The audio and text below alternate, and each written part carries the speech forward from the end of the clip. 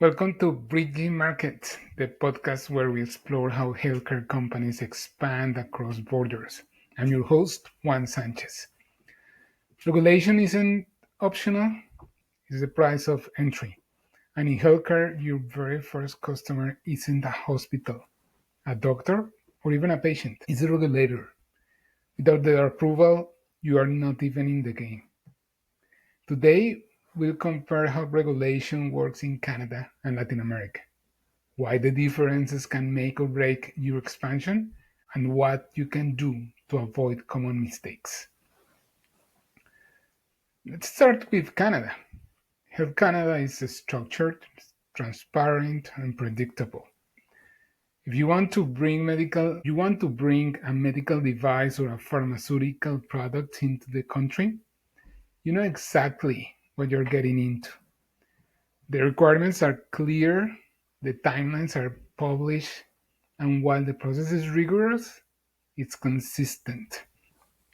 For example, getting an orthopedic device approved can take anywhere from 12 to 18 months. Yes, it is expensive. Yes, it requires heavy documentation, but the process is transparent. If you meet the requirements, you will get the approval. The key takeaway here is certainty. In Canada, you pay in money and in Canada, you pay in money and in time, but you can plan around it. That level of predictability is something that sometimes we don't find in Latin America or in Central America. Now let's move down south. Latin America is a completely different world when it comes to regulation.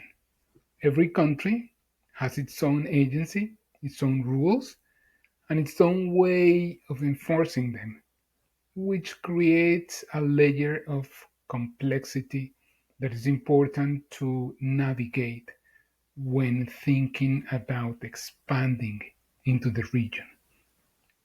To mention some examples, in Mexico, COFEPRIS, it's a centralized regulator, but the reality is that backlogs are common and approvals can get stuck in the system for months. Then moving to Brazil, where Anvisa is one of the toughest and most respected regulators in the region. It sets high standards, but the process is often slow and unpredictable. You might think you are 6 months away from approval, and then the agency asks for new data or additional inspections that can delay the process. Moving to Argentina, and math is another example. It's technically rigorous, but often influenced by the political and economic climate. If the government is changing policies, you might find yourself with the approval time suddenly extended. I'm not pointing fingers, it's just understanding that in different regions the approval process is going to be different, and it's not one size fits all. And what we have experienced in the past is that you can be launching in one country and in the other country have not even submitted your regulatory papers. So this is something that you need to plan when thinking about costs and times to get into the different countries. Colombia, my other country, VIMA is one of the most professional regulators in the region. The process is faster compared to Brazil or Argentina. It can take for a medical device class 2 at, uh, at as little as 3 months, or as long as 12, 18 months for a pharmaceutical. and that depends of the product class. The documentation requirements are strict. INVIMA is one of the top. INVIMA is one of the top regulatory agencies in the region, and you always need to align with the local norms. INVIMA is gaining regional credibility, and many companies see Colombia as a strategic point of entry to test the waters before scaling to larger markets. And by the way, Colombia is the third largest market in the region after Brazil and Mexico. Thinking about smaller country, but also one that is relatively well developed when we speak about the region. Costa Rica is, on the other hand, um, a smaller, as I mentioned, but a strategic hub in Central America. Its regulator, the Ministry of Health, is relatively efficient. And when we speak about the commercial side of the business in the region, there are more complexities because at the end of the day, it's almost only one agency who purchases, which is the Ministry of Health with La Caja, which is the operator of the hospitals. If it has, the process is smoother and faster if you have all the documentation, and that makes Costa Rica attractive as a first entry point in Central America and the Caribbean, especially for companies that want to establish a beachhead in Central America, the Caribbean, or even Northern South America. As experience, and I mentioned, but I can mention that again.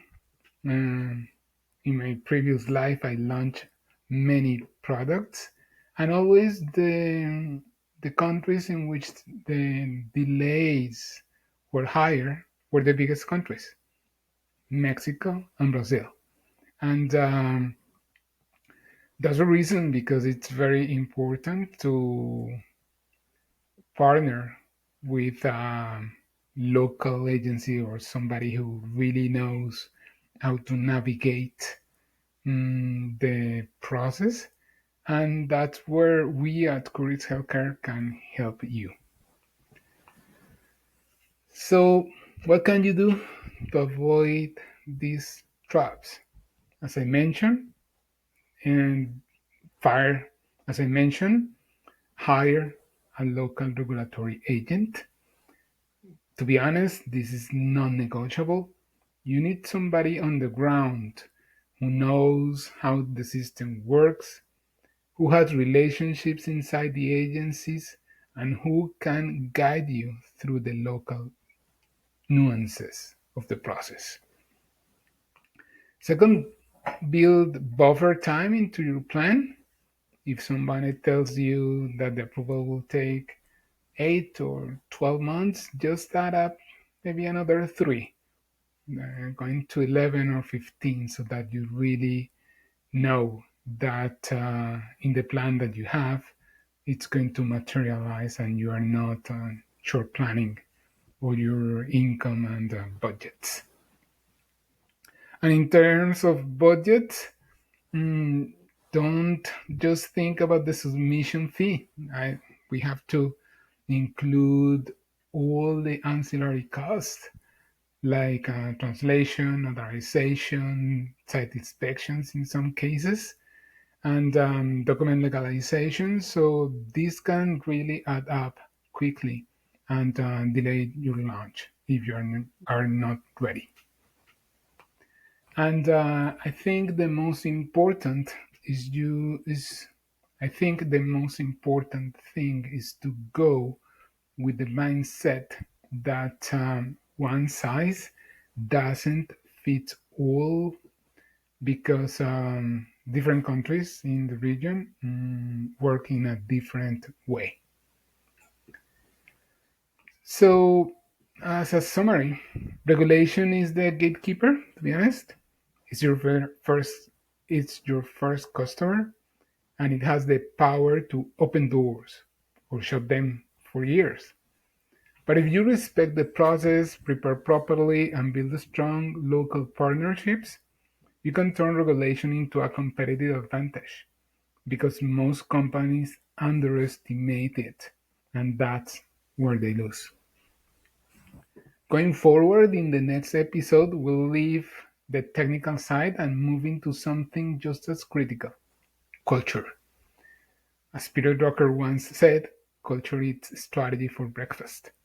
And when you are bridging markets between Canada and Latin America, it's very important to be cognizant of that.